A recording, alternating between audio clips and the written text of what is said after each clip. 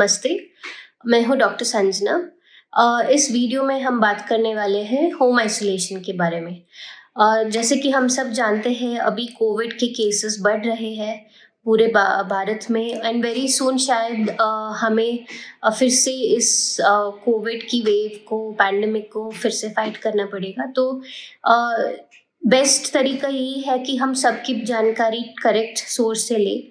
तो आज इस वीडियो में मैं बात करने वाली हूँ होम आइसोलेशन के बारे में।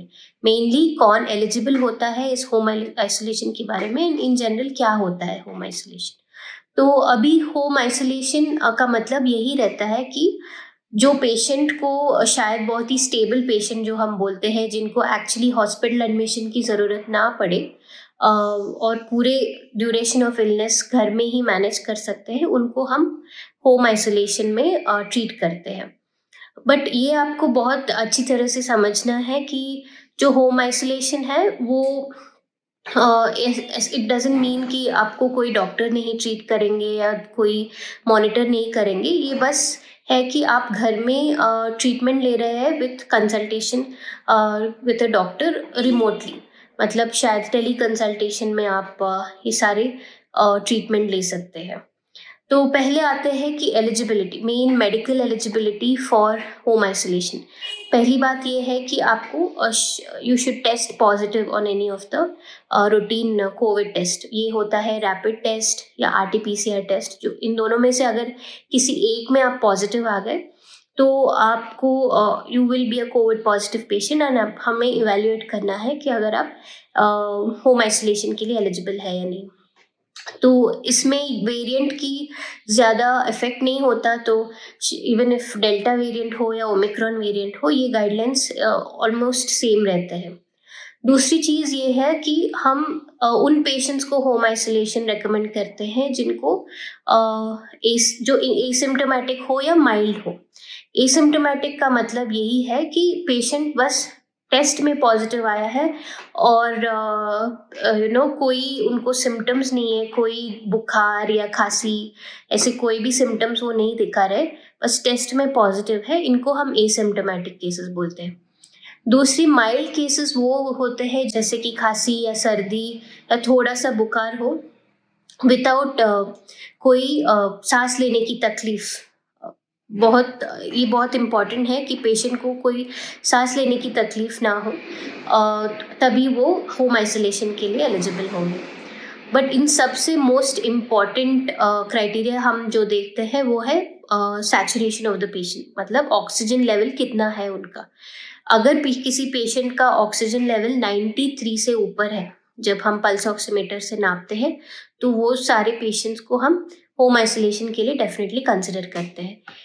ये ऑक्सीजन सैचुरेशन हम यूजुअली इस पल्स ऑक्सीमीटर से नापते हैं। तो मेरी सलाह यही है कि कोविड के टाइम में हर एक घर में जस्ट एक पल्स ऑक्सीमीटर रहना बहुत ही इम्पॉर्टेंट है और बहुत ही यूजफुल हो जाता है। इसके अलावा कुछ सोशल फैक्टर्स भी हम कंसिडर करते हैं for before allowing someone to go for home isolation. तो ये क्या होता है, एक चीज़ ये है कि इस पेशेंट के घर में सुविधा होनी चाहिए उनको सेपरेट रूम में आइसोलेट करने की।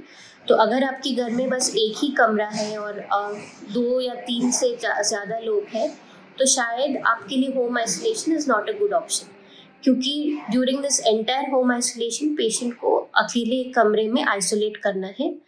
और इसके साथ साथ इस पेशेंट के साथ कोई ना कोई केयर गिवर होनी चाहिए। केयर गिवर मतलब शायद वो आपकी फैमिली मेम्बर हो सकते हैं, घर के सदस्य हो सकते हैं या आपके दोस्त हो सकते हैं, लेकिन आपके ये पूरे ड्यूरेशन के टाइम पे वो 24/7 अवेलेबल होनी चाहिए ताकि आपकी देखभाल कर सके, क्योंकि आपको उस कमरे से बाहर नहीं आने चाहिए और कोई ना कोई आपके साथ रहना बहुत ही इम्पॉर्टेंट रहता है।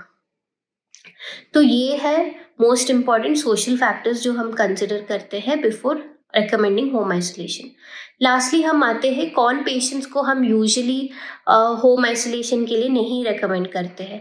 एक वो है जो थोड़े सीनियर सिटीजन्स होते हैं, मोस्टली 60 ईयर्स के ऊपर एंड इन पेशेंट्स को अगर कोई एडिशनल बीमारी हो, जैसे हार्ट की प्रॉब्लम, लंग की प्रॉब्लम या लिवर की या स्ट्रोक का कुछ हिस्ट्री हो, तो ये सारे पेशेंट्स को हम यूजुअली हॉस्पिटल में मैनेज करना प्रेफर करते हैं। दूसरी, अगर पेशेंट इम्यूनो कॉम्प्रोमाइज्ड है, इम्यूनो कॉम्प्रोमाइज्ड की मतलब उनकी इम्यूनिटी कम है, उनकी ऐसे इन्फेक्शन को फाइट करने की शक्ति शायद कम रहेगा, तो ये इम्यूनो कॉम्प्रोमाइज्ड पेशेंट्स वो होते हैं जो यूजुअली स्टीरॉइड्स पे रहते हैं ज़्यादातर, या रिसेंटली अगर उनका किडनी ट्रांसप्लांट हुआ है या कोई कैंसर ट्रीटमेंट ले रहे हैं, या HIV पॉजिटिव पेशेंट्स, ये सारे पेशेंट्स को हम डेफिनेटली रिकंसिडर करते हैं बिफोर एडवाइजिंग होम आइसोलेशन। तो लास्टली मैं यही स्ट्रेस करना चाहूँगी कि ये डिसीजन कि अगर आप एलिजिबल है होम आइसोलेशन के लिए या नहीं, इस कम्प्लीटली डॉक्टर की डिसीजन होनी चाहिए। आपको खुद ये डिसाइड नहीं करना है। तो डेफिनेटली अगर आपका कोई टेस्ट पॉजिटिव आया है, कोविड टेस्ट, इमीडिएटली आपके डॉक्टर के साथ संपर्क करिए and weigh your options. Home isolation भी is a good treatment option, but आपको एलिजिबल होना बहुत ही इम्पॉर्टेंट है। So stay safe, mask up, and let's fight this pandemic again.